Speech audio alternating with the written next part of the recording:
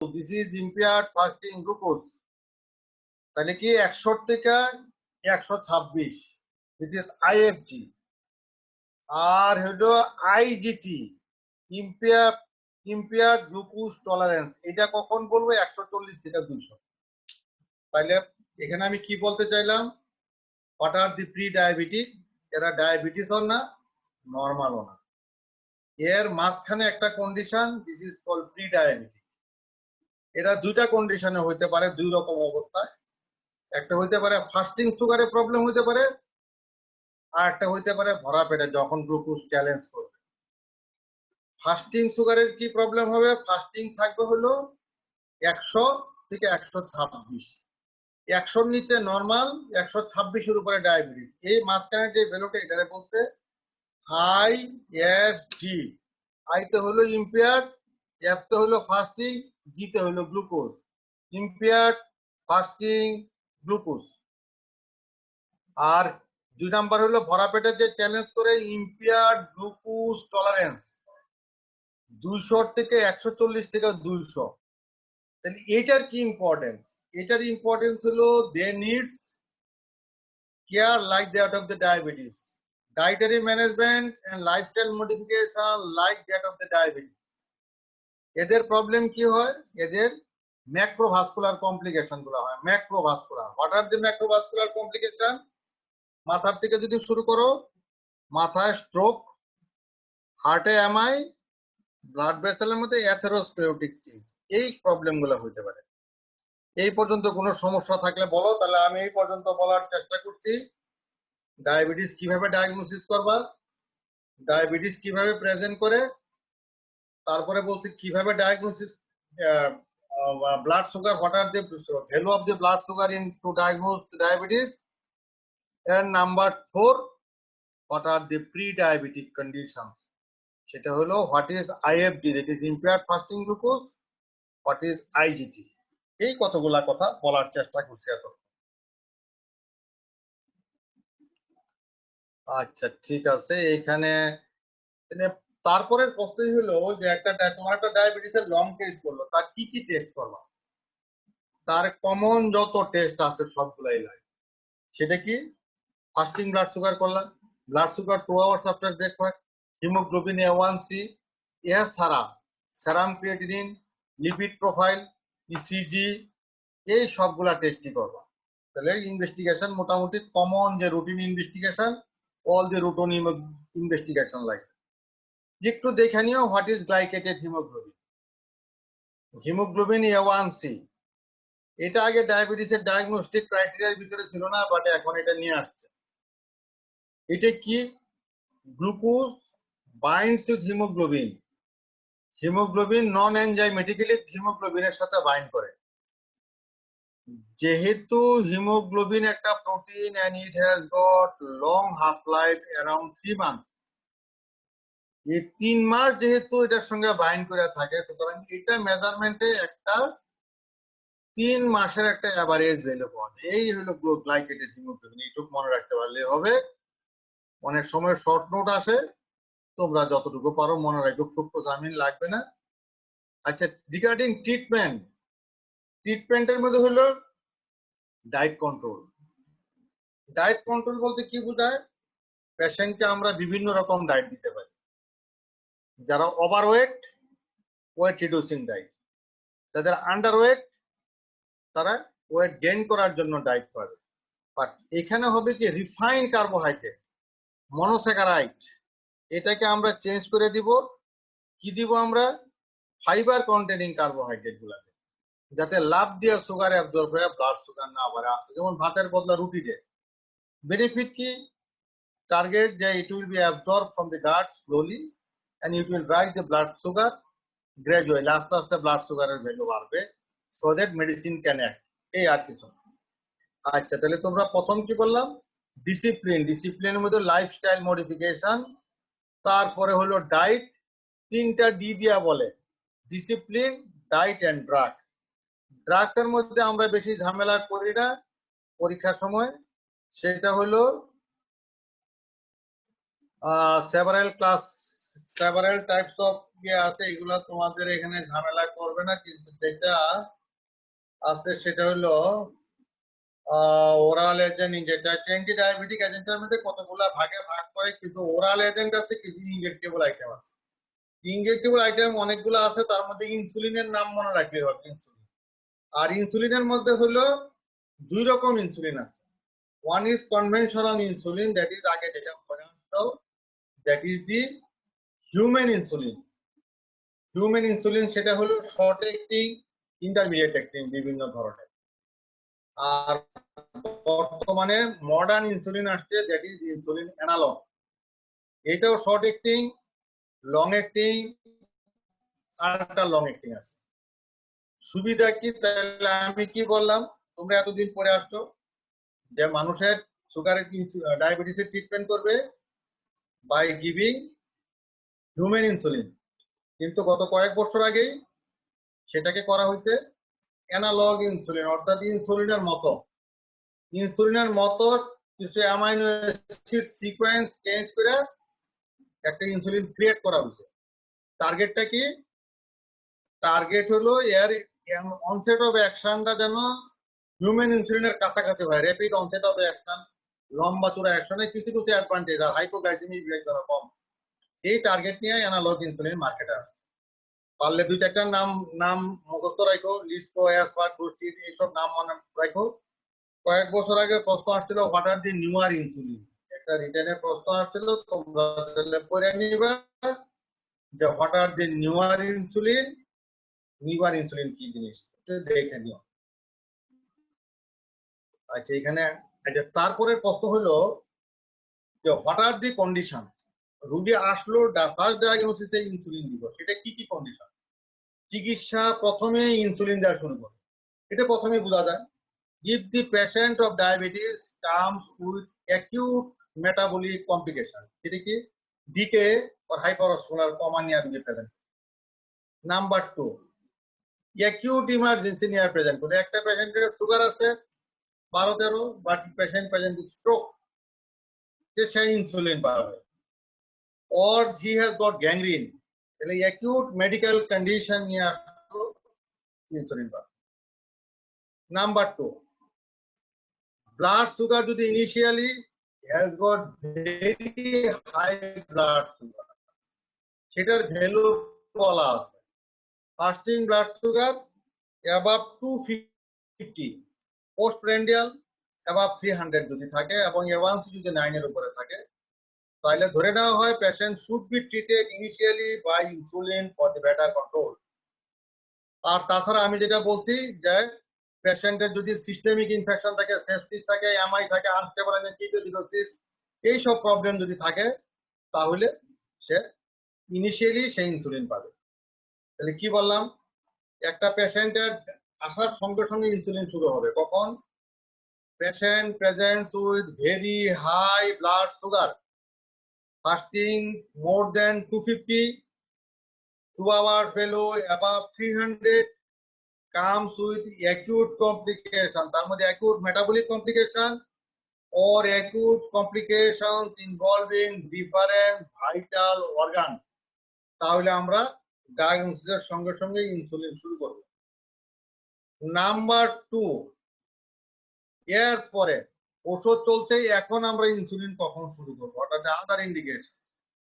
সেটা কি? একটা পেশেন্ট যদি প্রেগনেন্ট হয়ে যায়, একটা পেশেন্টের দেখা গেল যে সে অপারেশনে যাবে, একটা পেশেন্টের আমি ট্যাবলেট দিলাম বাট ট্যাবলেট ফেল করলো, পেশেন্টের ট্যাবলেট দিলাম, সে সুগার কন্ট্রোল হচ্ছে না, সুগার কন্টিনিউয়াসলি হাই থাকে, আমরা এটারে বলি secondary failure of oral hypoglycemic agent.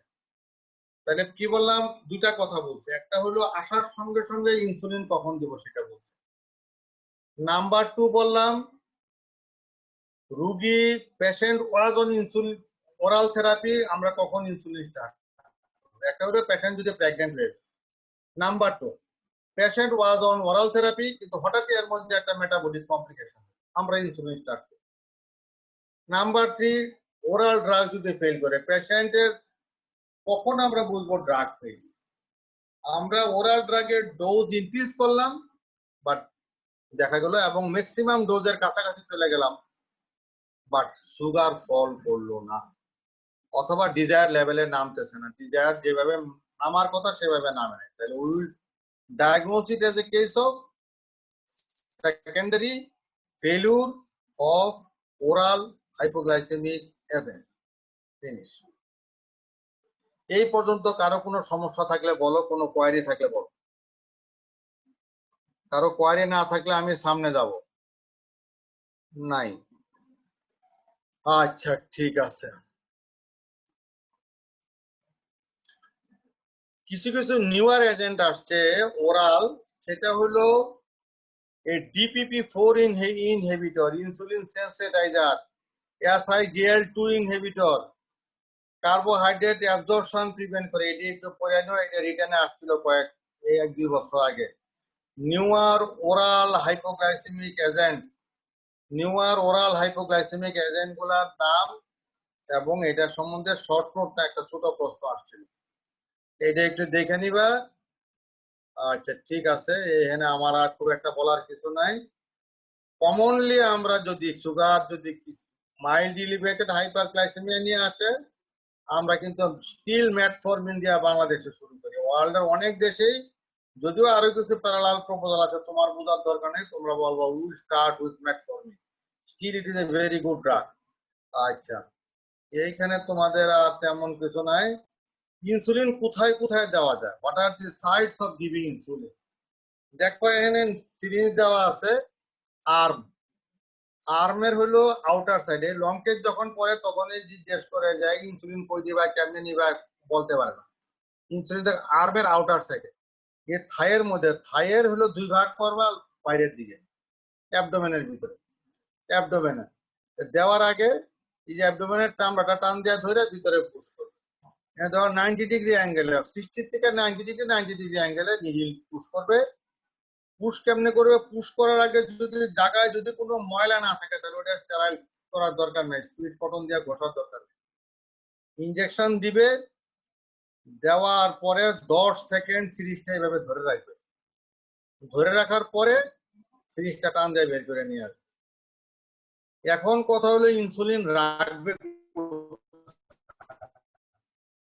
Store কোথায় করবে? প্রিফারেবলি স্টোর করবে ইন ডোমেস্টিক ফ্রিজ।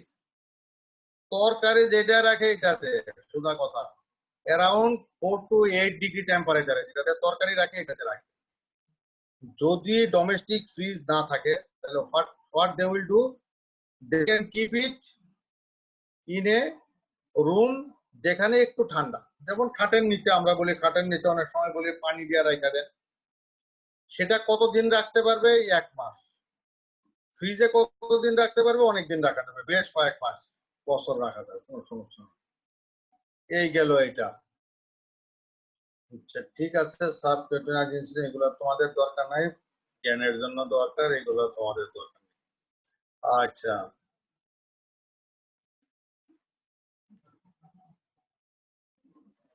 এখানে দেখো একটা রোগীর blood sugar control, what do mean by control of the diabetes, এইটা কন্ট্রোল বলা আছে। কন্ট্রোল মানে খালি sugar control.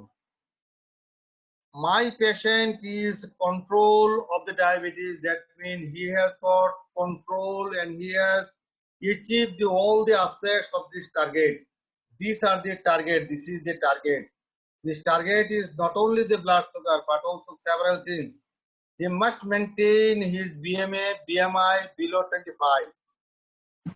He should control his blood sugar, ভালো blood sugar না, blood pressure. Good control of the blood pressure, that is below 130/80 millimeter of mercury. Hemoglobin A1C below 6.5, some authors say around 7, so 7 or 6.5. He must maintain the blood sugar at the fasting condition in and around 6, and 2 hours after breakfast in and around 8. And he should achieve the targets of the lipid, সেটা কি? LDL হবে হলো 100, TG 150, তারপরে হলো total cholesterol 200, TG 150, HDL হলো 40। এখন এটা মনে রাখতে কষ্ট হতে পারে, যদি মনে হইতে কষ্ট হয় তাহলে এটা মনে রাখার ফরম্যাট আছে, দেখো। এই এইচডিএলটা মনে রাখার সুবিধার জন্য 50 করে নাও, তাহলে তার দ্বিগুণ হলো এলডিএল 100। তার সঙ্গে আবার 50 যোগ করো, তাহলে এই 50-এর সঙ্গে 50 যোগ করলাম 100, তার সঙ্গে আরো 50 যোগ করলাম 150। 150 হলো টার্গেট অফ দি টিজি। তারপরে হলো টোটাল কোলেস্টেরল, সেটা কি 200। টোটাল কোলেস্টেরল হলো 200। তাহলে এই হলো আমার জিনিস মনে রাখার সুবিধা, 50, 100, 150, 200। তাহলে পরীক্ষার সময় অনেক সময় প্রশ্ন করে what do mean by control. একটা রোগীর ডায়াবেটিস কন্ট্রোল বলতে তুমি কি বুঝো, ডায়াবেটিসের রোগীর কন্ট্রোলের কি কি টার্গেট। সেটা আমার টার্গেট হলো একটা সুগারের target, one is lipid target for the lipid profile, another is target for the hypertension, another is target for the BMI. So BMI below 25, blood pressure 130 over 80 millimeter of mercury. And regarding the glycemic target, he must maintain the fasting sugar in and around 6, 2 hours after breakfast 8, A1C is 6.5, and this is the targets of the lipid profile, LDL. HDL more than 40. Suppose more, you remember for to make it, you say 50. তারপর add 50 with it, that is 100 target for the LDL. Then add 50, that is 150. This is the target for the TG. And add another 50, that is the 200 target for the total cholesterol. এই পর্যন্ত কারো কোনো costing problem আছে কিনা, থাকলে বলো, নাহলে আমি পরের দিকে আগাবো। কোনো প্রবলেম নাই, না থাকলে আমি সামনের দিকে আগাচ্ছি। আচ্ছা, এটা আরেকটা টপিক, সেটা হলো, এটা আমরাও ধরি, গাইনিও ধরে, what is GDM. GDM and diabetes in pregnancy. GDM হলো ফার্স্ট টাইম, জীবনে প্রথম ডিউরিং প্রেগন্যান্সি ডায়াবেটিস ডায়াগনোসিস। আরেকটা পেশেন্ট আছে, সেটা হলো patient is non diabetic, he is going to be pregnant. After pregnancy, after conception, the management of both the case is similar. So both the topics will be discussed together. সেটা হলো, আচ্ছা আসো, যে কিভাবে আমরা ডায়াগনোসিস করব। Diagnosis বিভিন্ন author বিভিন্ন ভাবে করার জন্য বলছে, অথরের শেষ নাই, ক্রাইটেরিয়ার শেষ নাই, কিন্তু ইজি মনে রাখা হলো সেই 75 gram glucose challenge. 75 gram OGTT should be done at 14 to 28 weeks. Emergency না হলে আমি শর্টটা ফোন দেবো, শর্টটা। আচ্ছা ঠিক আছে, আমি দেখবো, ঠিক আছে। আচ্ছা, সেটা হলো যে ইয়ার, হ্যাঁ কোথায় বললাম আমি, 75 গ্রাম গ্লুকোজ চ্যালেঞ্জ করব 24 থেকে 28 সপ্তাহে, 24 থেকে 28 সপ্তাহে। সেইটার কিছু ভ্যালু দেওয়া আছে, সেই ভ্যালু ডিফারেন্ট অথর ডিফারেন্ট ভাবে ভ্যালুর কথা বলছে। যে এখানে কতগুলা ভ্যালু দেওয়া আছে, সেটা হলো যে 1 hour, what is the value at the first hour, 5.1 অর্থাৎ 92। 1 আওয়ারে ভ্যালু হলো 180, 2 আওয়ারে ভ্যালু হলো 153। আরো সহজ বুদ্ধি আছে, সেটা কি, যে আমরা যদি জিটিটি করি, তাহলে ফাস্টিং সুগার যদি আমাদের যদি রেঞ্জ ক্রস করে এবং আইজিটি সবগুলারে আমরা জিডিএম হিসাবে কাউন্ট, তাহলে হলো এখানে ভ্যালুগুলা দেওয়া আছে, ফাস্টিং 92, 1 আওয়ার্সে 180, 2 আওয়ার্সে 153। এইগুলা যদি ক্রস করে, then we will consider this patient as he is suffering from GDM. তাহলে আমি এতক্ষণ কি বললাম, একটা pregnant lady screen for the diabetes at 24 to 28 week, 24 থেকে 28 সপ্তাহে তাকে স্ক্রিনিং করব। কিভাবে? By giving GTT. কতটুকু দিব? 75 গ্রাম গ্লুকোজ। কি হবে দিলে? 1 hour value 92, 0 hour value 92 fasting, 1 hour value 180, 2 hour value 153। এই ভ্যালু ক্রস করলে আমরা ধরে নেই he is suffering from GDM. চিকিৎসা কি? যে এখানে একই জিনিস দেখানো হয়েছে যে ফাস্টিং 5.1 দ্যাট ইজ 92, 1 আওয়ার্সে হলো 180, 2 আওয়ার্সে হলো 144। এই ক্রস করলে আমরা ধরে নেই he is suffering from GDM. Treatment in addition to diet control, patient should be treated by giving insulin. তোমাদের অন্য জিনিস মনে রাখার দরকার নেই। ইনসুলিন দিয়ে ট্রিটমেন্ট দিব, ইনসুলিন দিয়ে ট্রিটমেন্ট দিব, উইল গিভ ইনসুলিন। আচ্ছা, কি কি প্রবলেম হতে পারে জিডিএম এ? বাচ্চার মার যতগুলা প্রবলেম গাইনিতে পড়াইছে সবটি হইতে পারে, আলাদাভাবে মুখস্থ রাখার দরকার নেই। ঠিক আছে, আমাদের হলো টার্গেট হলো সেই একই। এই রোগীর টার্গেট থাকবে হলো fasting, maintain fasting blood sugar below 95, 1 আওয়ার্সে হলো 140, 2 আওয়ার্স হলো 6.4, অর্থাৎ 114। এই টার্গেট। তাহলে দুইটা কথা বলছি। প্রথম বলছি জিডিএম এর ডায়াগনস্টিক ক্রাইটেরিয়া, 2 নম্বরে বলছি টার্গেট অফ কন্ট্রোল। ফাস্টিং হবে হলো 95, 1 আওয়ার্সে হবে হলো 140, 2 আওয়ার্সে হবে হলো 114। বাই গিভিং ডায়েট কন্ট্রোল হইলো না, আমি ইনসুলিন দেওয়া করবো। তাহলে কথা পরিষ্কার। তাহলে প্রথম বললাম হোয়াট ইজ জিডিএম, তারপরে বললাম জিডিএম কিভাবে ডায়াগনোসিস করবে, নাম্বার 3 বললাম জিডিএম কিভাবে, how will you treat a patient suffering from GDM. আচ্ছা, এখানে আরেকটা কথা, একটা পেশেন্ট যদি প্রেগনেন্ট হতে চায়, if a diabetic patient wants to be pregnant, we will advise the patient to start insulin. Plan pregnancy 3 মাস বা 4 মাস আগে থেকে patient should start insulin ideally। 3-4 মাস আগে থেকে ইনসুলিন দিয়ে সে সুগারটাকে কন্ট্রোল করে নিয়ে আসবে, তারপর সে যাতে প্রেগনেন্সিতে প্রবলেম না হয়। তাহলে তাকে আমরা if a patient wants to be pregnant ideally, আমরা রোগীকে বলবো you will start insulin, 3 মাস পর you will take your baby। এই আর কিছু না। এই পর্যন্ত কোনো সমস্যা আছে কিনা বলো, কারো কোনো কোয়ারি আছে কিনা? না থাকলে আমি পরে আগাচ্ছি। কমপ্লিকেশন তোমরা জানো, acute complication and chronic metabolic complication. Acute complication এগুলো তোমরা জানো, এগুলো সবাই করতে পারে। What are the acute diabetic complication? এটা হলো hyperglycaemic coma, hypoglycaemic coma, lactic acidosis. Hyperglycaemic coma দুই রকম, one is the ketoacidosis, another is hyperosmolar state, hyperglycaemic hyperosmolar state. এটি বলতে পারে, এটি বলতে সমস্যা নাই, কিন্তু সমস্যা ক্রিয়েট করে হলো লং টার্ম কমপ্লিকেশন। এটাও তোমরা জানো, there are some microvascular complication and there are some macrovascular, ওটা আমি পরে আসছি।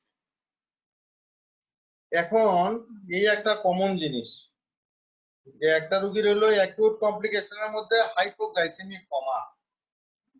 হাইপোগ্লাইসেমিক কমা কখন হয়? if a patient of diabetes has got blood sugar below 70 mg/dl, 70 এর নিচে নামার পরেই patient may have hypoglycemic symptoms leading to hypoglycemic coma। একটা হাইপোগ্লাইসেমিয়া রোগী কি নিয়ে আসবে?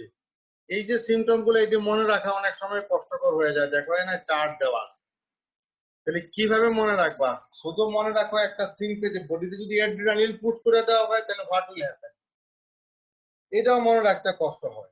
তাহলে কিভাবে মনে রাখবা? তো হঠাৎ যদি তোমারে মারার জন্য কেউ দৌড়ানি দেয়, তাহলে যে যে সিমটম হবে এখানেও তাই হবে। হঠাৎ দি সিমটমস, তোমার যদি ছুরি দিয়ে কেউ দৌড়ানি দেয়, তাহলে এজিটেশন, রেস্টলেসনেস, পালপিটেশন, সোয়েটিং, এই সিমটম গুলা হবে, এই সবগুলা এরকম হবে। পাউন্ডিং হার্ট, বুকের মধ্যে ধরফর সৃষ্টি হবে।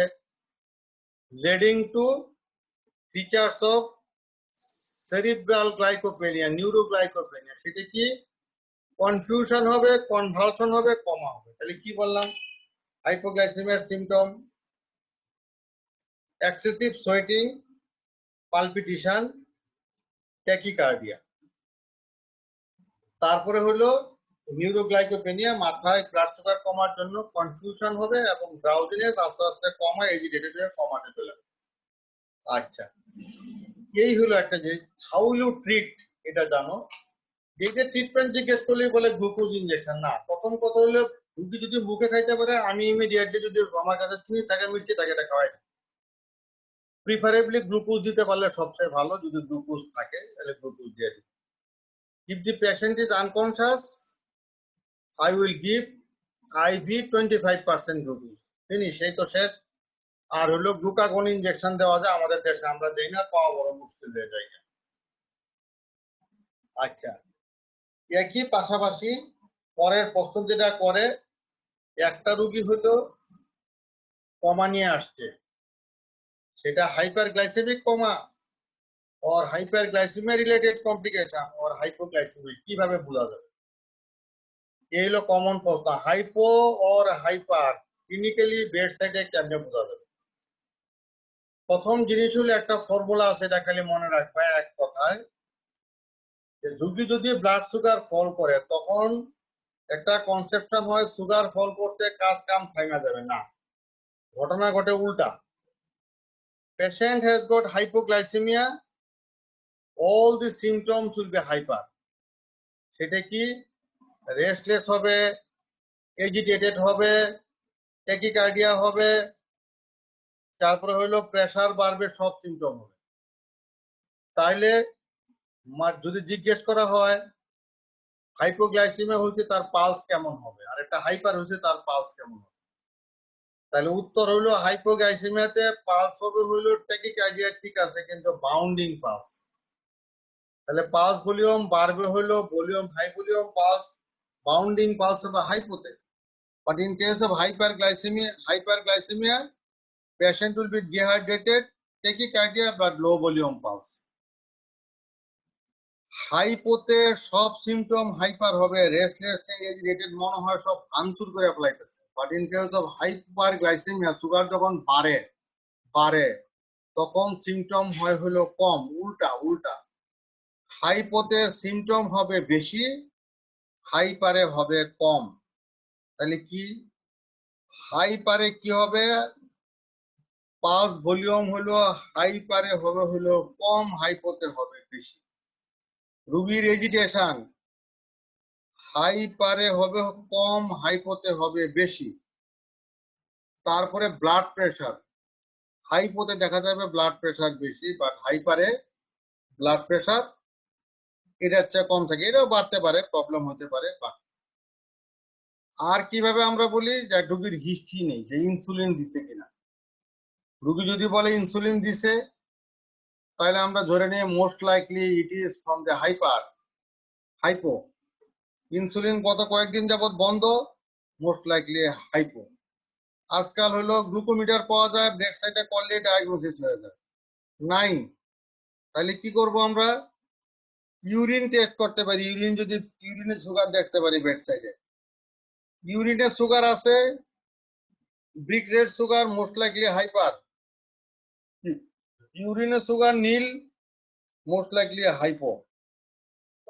এই মোটামুটি হাইপো এন্ড হাইপার। এই কিটোসিডোসিসের ম্যানেজমেন্ট ধরে পরীক্ষায়। হাউ ডু ম্যানেজ, এটা রিটেনেও আসে।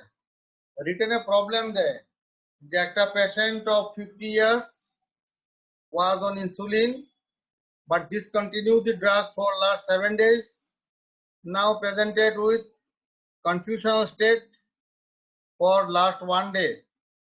What is the most possible diagnosis and how will you manage? তাহলে এটাকে hyperglycemic coma, that is the diabetic ketoacidosis most likely. তাহলে এই হলো কিটোসিডোসিস। কিটোসিডোসিসের ম্যানেজমেন্ট করে নেবা। ডেভিডসন একটা চার্ট দেওয়া আছে, চার্টে দেখো প্রথমেই দেওয়া আছে হলো ফ্লুইড পানি যে দেখা মনে হয় পেশেন্টের ডায়াবেটিস, তার হয়তো সুগার কত ইনসুলিন প্রথম দিব, বাট থিং ইজ দ্যাট উল্টা, প্রথমে ফ্লুইড দেওয়া লাগে। রিমেম্বার, রোগটার নাম হলো ডায়াবেটিক কিটোএসিডোসিস। ডায়াবেটিসের চেয়ে অ্যাসিড ইজ দি প্রবলেম, এখানে একুট প্রবলেম অ্যাসিড। তো neutralise the acid, it is very much essential to give IV fluid. লাভ কি? IV fluid dehydration যখন কারেক্টেড হবে, দেন বডির বাফার মেকানিজম অ্যাক্টিভেটেড হবে, কিডনি লাংস অ্যাক্টিভেটেড হবে, and they will generate the alkali and neutralize the acid in our body. এই টার্গেটে immediately প্রথম target হলো ফ্লুইড স্টার্ট করা, ফ্লুইডের পরে হলো ইলেকট্রোলাইট এবং ইনসুলিন শুরু করা। তো so it is very important, এবং ফ্লুইডের রিজিম আছে, রিজিম গুলা দেখে নিও। তারপরের কথা হলো হাউ ইউ ডিফারেন্সিয়েট, এগুলো পরে ক্লাসে পড়াইছে নিশ্চয়ই। কিটোএসিডোসিস ফ্রম হাইপারগ্লাইসেমিক কমা, কিভাবে ডিফারেন্সিয়েট করবা একটু দেখে রাখো। আর হলো এখানে ফ্লুইড রিজিম আছে, ফ্লুইড রিপ্লেসমেন্ট মনে রাখা খুব সহজ। প্রথম 1 ঘন্টায় 2 লিটার, পরে আবার 1 ঘন্টায় 2 লিটার, পরে 1 ঘন্টায়, তারপরে 1 ঘন্টায় হলো 1 লিটার হলো 4 ঘন্টা, আবার 1 লিটার 4 ঘন্টায়, তারপরে হলো 1 লিটার ওভার 6 আওয়ার। এটা একটু দেখে নিবা। রিজিম গুলা ডেভিডসন একটা চার্ট আছে, চার্টটা পড়ে নিও। আচ্ছা, ইনসুলিন শুরু করলা, বাকি সবই করলা, এটা একটু পড়ে নিবা। এটা বুঝার কিছু নাই, কোনো কিছু না বুঝতে পারলে বইলো। In case of hyperglycaemic hyperosmolar state, এখানে very high blood sugar, but ketone body formation হতে পারে, বাট লো লেভেল। অ্যাসিডোসিস সেখানে তেমন থাকে না। ট্রিটমেন্ট কি? Half strength normal saline, normal স্যালাইনের হাফ স্ট্রেংথ দিয়া ডাইলুট করা, আর হলো সঙ্গে অনেক সময় ইনসুলিন লাগে, ইনসুলিন দেওয়া। তাহলে ফ্লুইড দেওয়া, ইনসুলিন দেওয়া, এটা দেখে নিও যে how you treat a patient of hyperosmolar coma. আচ্ছা, মাইক্রোভাস্কুলার কমপ্লিকেশন, চোখে হলো রেটিনোপ্যাথি, কিডনিতে নেফ্রোপ্যাথি, নার্ভাস সিস্টেমে ডায়াবেটিক নিউরোপ্যাথি। এই 3টা কমন কমপ্লিকেশন। এই পর্যন্ত কারো কোনো সমস্যা আছে কিনা থাকলে বলো, কোনো কোয়ারি, কোনো সমস্যা আছে কিনা থাকলে বলো, না হলে আমি আগাবো সামনে। স্যার ডায়াবেটিক কিটোএসিডোসিসে ইনসুলিনটা কিভাবে দিব স্যার, এটা একটু রেজিমটা বলে দিলে ভালো হয়। আচ্ছা, বলতেছি, 1 সেকেন্ড। হ্যালো হ্যালো, সালাম, আমি কি 10 মিনিট পরে ফোন করব? আচ্ছা, আমি তো অনলাইনে ক্লাস নিচ্ছি। হ্যাঁ হ্যাঁ হ্যাঁ হ্যাঁ, বলো কি প্রশ্ন? ইনসুলিন কিভাবে দিবা? আর স্যার পটাশিয়াম। আচ্ছা, পটাশিয়াম দেখো, আমি এনে পটাশিয়াম কিভাবে দিবা এটা দেখো, এখানে আছে, এই যে দেখো, আমি তোমাদের দেখাচ্ছি দিকে। ইনসুলিন দিবা আইভি, যদি আইভি না থাকে তাহলে সাবকিউটেনিয়াস দিবা। আচ্ছা, সেটা কিভাবে দিবা? ডোজ হলো 1 milligram, 1 unit, 0.1 unit per KG, per 0.1 unit per KG body weight. আমরা এইভাবে দিতে পারি না, আমরা এইভাবে দিতে পারি না। তবে কমন হিসাব হলো বোলাস হলো 0.1। এটা মনে রাখা তোমাদের জন্য কষ্টকর হবে। তাহলে তোমরা কিভাবে মনে রাখবা? তোমরা মনে রাখবা হলো এই যে এটা 10 থেকে 15 ইউনিট সাবকিউটেনিয়াস দিলাম আমরা, আইএম দিলাম, ফলোড বাই 5 ইউনিট আওয়ারলি। এটা একটা রিজিম। কিন্তু স্ট্যান্ডার্ড রিজিম হলো, এই যে ইন্টারন্যাশনাল রিজিম হলো IV bolus 0.1 unit per KG body weight. যদি একটা রোগীর বডি ওয়েট যদি 100 কেজি হয়, তাহলে 0.1 দিয়ে পূরণ দাও। 100 কত হয়? 100 0.1 দিয়ে পূরণ দিলে যা হয় তা সেই পরিমাণ ইউনিট আইভি দিলা। তারপরে ওটা আইভি দিলা, IV followed by maintenance therapy. যে ড্রিপ আছে, দেখো তুমি ডেভিডসনের চার্ট দেওয়া আছে, এই চার্টটা ফলো করবা, চার্ট ফলো করবা। ইনিশিয়ালি বোলাস দিবা, insulin should be in IV route, এটা আইভি দেওয়া লাগবে।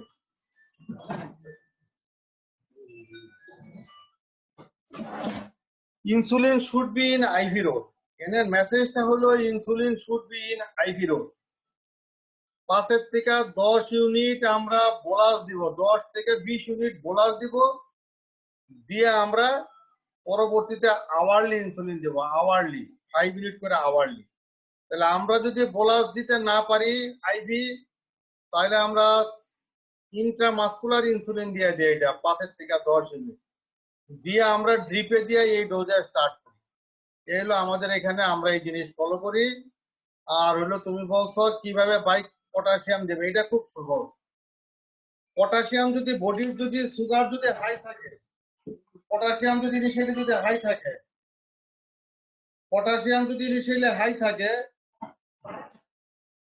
very high potassium, that is above the 5.5, 5.5 এর উপরে যদি পটাশিয়াম থাকে তাহলে আমরা কোনো পটাশিয়াম দিব না।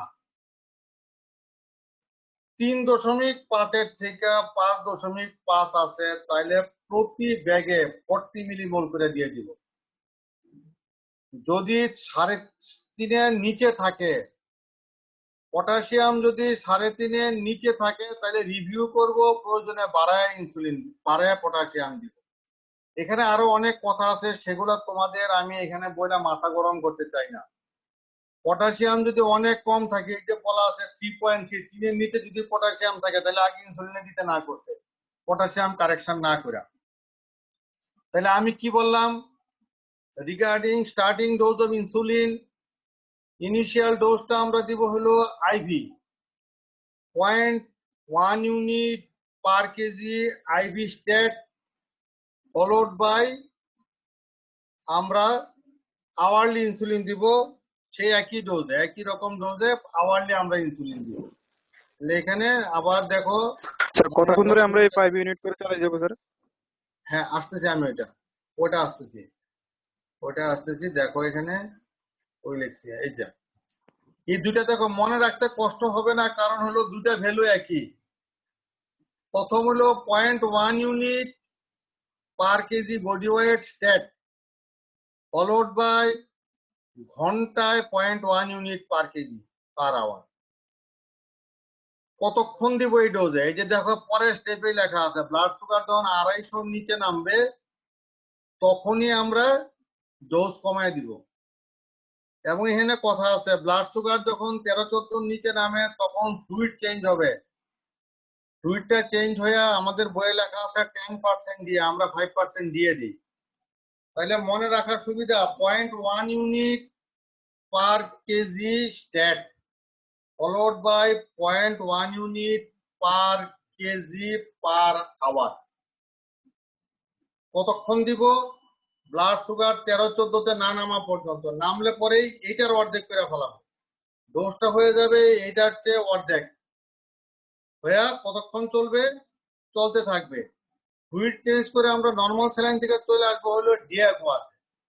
এই হলো এখানের বক্তব্য। 2 নাম্বার হলো রিগার্ডিং পটাশিয়াম, যদি পটাশিয়াম 3.5 to 5.5 থাকে প্রতি ব্যাগে, প্রতি লিটার নর্মাল স্যালাইনে will start 1 ml, that is the 40 millimole potassium পাবে। যদি 3.3 নিচে নামে তাহলে আমরা আগে পটাশিয়াম কারেকশন করে ইনসুলিন দিব, যদি কারেকশন না হয় আমরা রিভিউ করব। এখন বলো কতক্ষণ দিব, আমি বোধহয় বলছি যে সুগার 13-12 আছে কোথাও, 14 আছে কোথাও, মিলিমোলে না নামা পর্যন্ত আমরা এইভাবে কন্টিনিউ করব। আচ্ছা ঠিক আছে, বাইকার্বনেট তোমাদের মনে রাখার দরকার নাই। আচ্ছা ঠিক আছে, বলো এই এখানে আর কি প্রশ্ন, বলো কিছু যদি রিটার্নে আসে ভাইবাতেও ধরে সমানে, বলো বলো কোনো কোয়ারি আছে? পটাশিয়াম যদি স্যার আমরা 24 ঘন্টার মধ্যে যদি আমরা 40 মিলিলিটার দেই তাহলে স্যার যদি মানে হাইপারটেনসিমিয়া হয়ে কার্ডিয়াক অ্যারেস্ট হওয়ার পসিবিলিটি আছে না স্যার? না, সম্ভাবনা নাই। আমরা পটাশিয়াম তো দিব প্রতি ঘন্টায় ঘন্টায়, এটা মেজার করব। এরকম তো না যে আজকে এটা দিয়ে আর কালকে আর করবো না, তা না। আমি 40 মিলিমোল দিব এটা বলি নাই, আমি বলছি 40 মিলিমোল প্রতি ব্যাগের মধ্যে দিব। কতক্ষণ দিব? প্রতি ঘন্টায় ঘন্টায় আমার স্যাম্পলের রিপোর্ট আসতে হবে। এরকম বাংলাদেশের মতো না যে এইটা আমি দিলাম, আজকে দিলাম, কালকে সকালে জি স্যার। রিপোর্ট আসছে, বাকি আমার খবর নাই। ডিটেল ম্যানেজমেন্ট এরকম না। ঘন্টায় ঘন্টায় আমার স্যাম্পল যাবে, ঘন্টায় ঘন্টায় রিপোর্ট আসবে, ঘন্টায় ঘন্টায় আমি সিদ্ধান্ত দিব। যদি জি স্যার। পটাশিয়ামের ভ্যালু যদি বাইরে যায় 5.5 এর উপরে, আমি তো পটাশিয়াম দিব না। যদি আমি পটাশিয়াম দিচ্ছি, পটাশিয়াম কারেকশন হচ্ছে না, আমি কি করব? পটাশিয়ামের ডোজ বাড়ানো লাগতে পারে বা অন্য কি কারণ আছে সেটা খুঁজবো। ঠিক আছে, সুতরাং এখানে কার্ডিয়াক অ্যারেস্ট হবে না, কারণ আমি তো ড্রিপে দিচ্ছি আর রুগীর আছে হাইপোক্যালেমিয়া, রুগী পাচ্ছে ইনসুলিন। কারণ ডিকে তে পটাশিয়াম লস হয়। আমি কেন দিব? ডিকে তে পটাশিয়াম বডির থেকে অলরেডি লস হচ্ছে, চলে গেছে। আমি এই জন্য পটাশিয়াম দিব। 2 নাম্বার হলো আমি ইনসুলিন দিচ্ছি।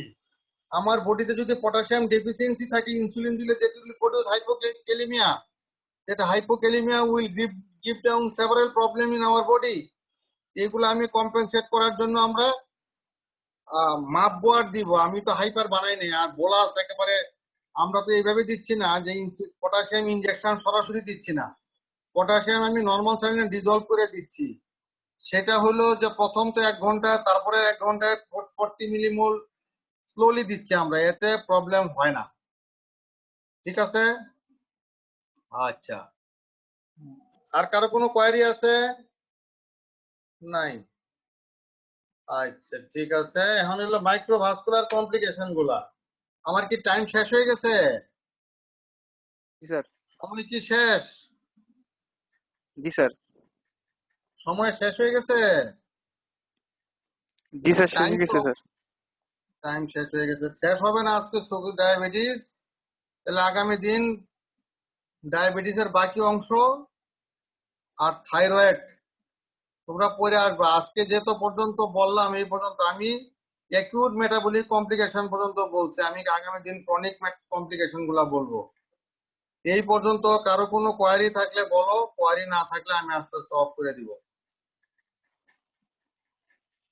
নাই? তাহলে পড়ো, তোমরা দেখো পরে কোনো প্রশ্ন পাও কিনা, প্রশ্ন পাইলে প্রশ্ন করো। আগামী দিন ইনশাল্লাহ দেখা যাক, আগামী দিন আবার দেখা হবে যদি বেঁচে থাকি ইনশাল্লাহ। সাবধানে থাকো, অনেক ধন্যবাদ। ঠিক আছে। জি স্যার। আসসালামু আলাইকুম স্যার। আসসালামু আলাইকুম স্যার। আসসালামু আলাইকুম স্যার। ওয়ালাইকুম সালাম, ভালো থাকো ইনশাল্লাহ।